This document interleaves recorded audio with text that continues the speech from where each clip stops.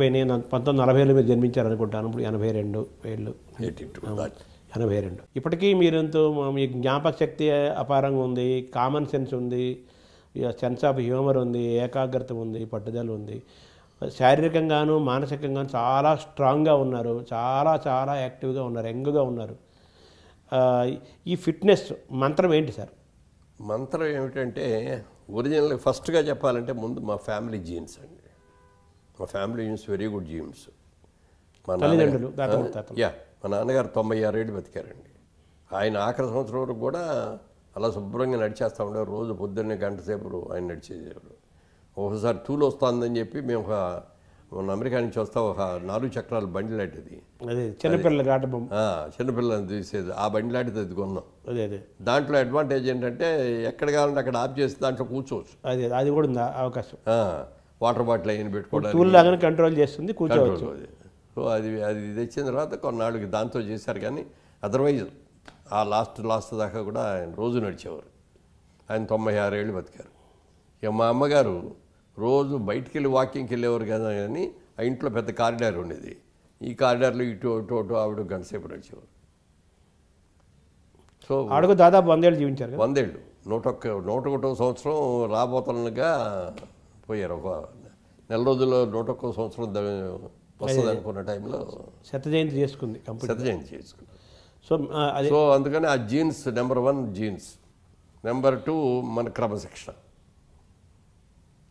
అంటే నేను సినిమా ఇండస్ట్రీకి వచ్చేటప్పుడే అప్పటికే నాకు పెళ్ళయింది, 2 పిల్లలు కూడా.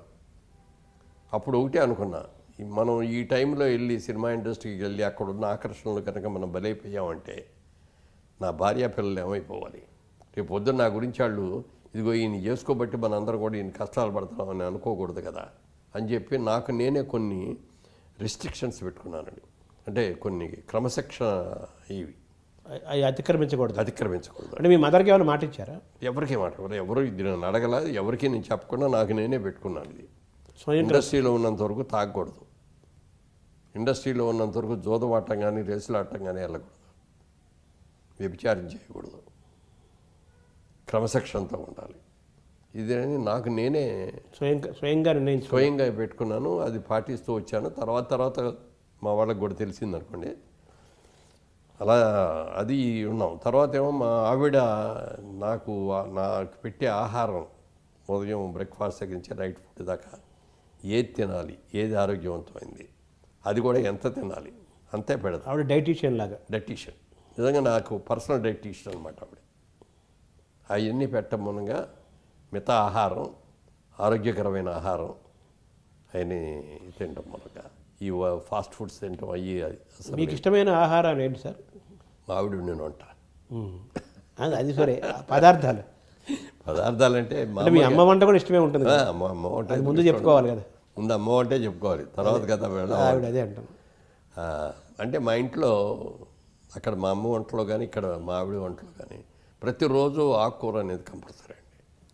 ఆకుకూర, పప్పు చుక్కూర, పప్పు తోటకూర, ఆకుకూర కంపల్సరీ. ఫస్ట్ ఆకుకూరతోనే స్టార్ట్ చేస్తాం.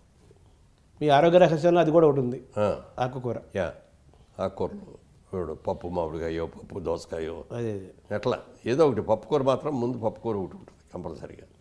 తర్వాత బోరు కొట్టలేదా? అది బోరు కొట్టలేదా? రోజు ఆకుకూర ఏదో ఆకుకూర ఏంటని లేదు, అసలు బోర్ అనిపించలేదండి. అవే అసలు బాగా ఎంజాయ్ చేస్తుంది ఏంటని ఆకుకూరలు. అది గోంగూర అయినా, తోటకూర అయినా, పాలకూర అయినా, బచ్చల గోంగూర కానీ, పప్పు చుక్కూర కానీ రోజు పెట్టినా తింటా. రోజు అదే కూర పెట్టి, ఒకే కూర పెట్టి, అలాగే పప్పు మామిడికాయ రోజు పెట్టినా తింటా. ఏది 320 రోజులు పెట్టా కూడా తింటా. అంటే మీ అమ్మ వంటలో నుంచి అది అలవాటు అయి ఉంటుంది. తర్వాత మీ ఆవిడ ద్వారా అది కంటిన్యూ అయింది. తర్వాత మీరు ఈ ఆహార నియమాలు తల్లి దగ్గర నుంచి మీ ఆవిడ చేసే డైటీషియన్ లాగా ఆవిడ ఆలోచించి ఏది తింటే బాగుంటుంది, ఏది తినకూడదు, ఏది తినాలి, అదే మీరు స్వయంగా ఏమి నిర్ణయించుకోలేదా? లేదు, వాళ్ళే మీకు వాళ్ళు చెప్పినవి నాకు అంగీకారం అయింది. అయితే మేము కూడా, నేను నాన్ వెజిటేరియన్స్ అయినా కూడా ఎక్కువగా వెజిటేరియన్ లైక్ చేసేవాళ్ళం. మేము వీక్లీ వన్స్ ఆర్ ట్వైస్ మాత్రం నాన్ వెజిటేరియన్ ఫుడ్ ఫ్యామిలీ అంతా. సో మీరు ఫ్యామిలీ అంటే మిగిలిన తింటారు, అది పిల్లలు ఉంటారు. బట్ మాకు మాత్రం నేను వారానికి 2 రోజులు కానీ 1 రోజు కానీ. సో మీ ఫిట్నెస్లో మీ శారీరక వ్యాయామం యోగా అటువంటివి ఏమైనా చేస్తారా? అవన్నీ డెఫినెట్గా చేస్తానండి. అంటే వ్యాయామం చేసేవాడిని కాదు కానండి, యోగా చేసేవాడిని. మార్నింగ్ వాక్ మాత్రం కంపల్సరిగా ఎక్కడికి వెళ్ళినా కూడా వాకింగ్ అనేది కంపల్సరీగా మార్నింగ్ 1 అవర్. అంటే ఏ వయసు నుంచి చేస్తున్నారు, ఎన్ని ఏళ్ళ నుంచి చేస్తున్నారు? అది నేను అంటే సినిమాల్లోకి రాకముందు నుంచి బెజవాళ్ళ బిజినెస్ పెట్టిన టైంకి దానికి కూడా ఏంటంటే ఫస్ట్ టైము నాకు పెళ్ళి అయిన తర్వాత పెళ్ళి అవ్వగానే ఇన్సూరెన్స్ చేయించారు. చేసాం, అయిపోయింది.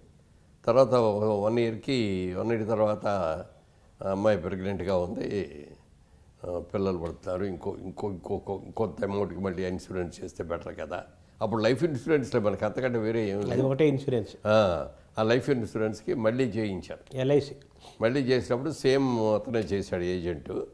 చేసి సార్ ఈ 1 ఇయర్లో మీరు కొంచెం లావ్ అయ్యారు సార్, 4 గంటలు కైవారం. సినిమాలోకి వెళ్ళాలి మీరు అప్పటికేం లేదు, బిజినెస్లోనే ఉన్నా. ఈ కైవారం కూడా పెరిగింది. మీరు ఇలా కనుక సంవత్సరానికి 4 కేజీల 10 కేజీలు పెరిగారు. అప్పుడు ఇంత పెరుగుతున్నారు, ఇంత పెరిగెడితే మాత్రం రాజుపోయే రోజు మీకు ప్రమాదం అవుద్దండి, కంట్రోల్ చేసుకోండి అని సలహా ఇచ్చాడు. ఆ సలహాని 100కి 100 పాటించాడు. అప్పటి నుంచి రాత్రిపూట రైస్ మానేసేసి పుల్కా. అప్పుడే అంటే అప్పుడు మీరు 30లో ఉంటారు అంతేనా?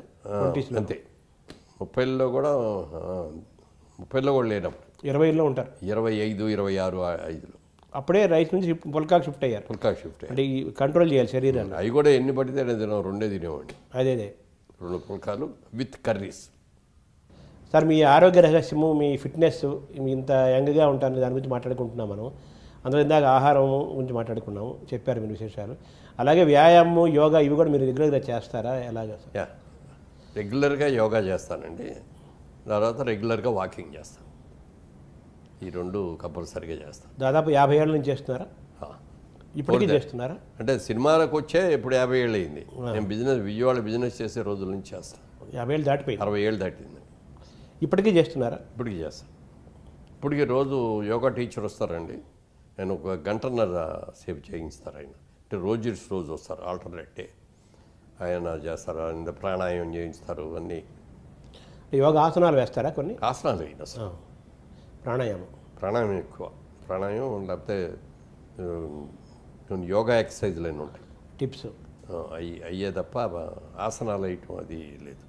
అంటే ఓవరాల్గా మీరు మీ మీ ఆ రోజు ఎలా ప్రారంభమవుతుందంటే, 1 గంట సేపు దేవుడి పూజ, దైవభక్తి పూజ, ఆధ్యాత్మికంగా రోజు ప్రారంభమవుతుంది. 1 గంట దేవుడికి కేటాయిస్తాం. ముందు శారీరకంగా కేటాయిస్తాం దేవుడికి. తర్వాత కాదు, ముందు శారీరక వాకింగ్కి వెళ్ళి ఫస్ట్ గంట వాకింగ్ అయిన తర్వాత కాఫీ తాగి ఆ న్యూస్ చూసి స్నానం చేసిన తర్వాత అప్పుడు పూజకి వస్తారు. అంటే వాకింగ్ తర్వాత ఇవి కూడా చేస్తున్నారా, కొంచెం ప్రాణాయామం అవన్నీ ముందే?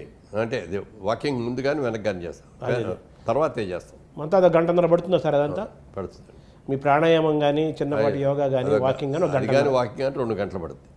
పడుతుంది, 2 hours పడుతుందండి. తర్వాత స్నానం చేసిన తర్వాత పూజ 1 hour. 1 hour, 3 గంటలు. అంటే మీ మీ మీ మెంటల్ ఫిట్నెస్, ఫిజికల్ ఫిట్నెస్ యొక్క రహస్యం అంతా ఇదే, అంతే కదా మరి. శరీరాన్ని మనసును కంట్రోల్ చేసుకోవటం.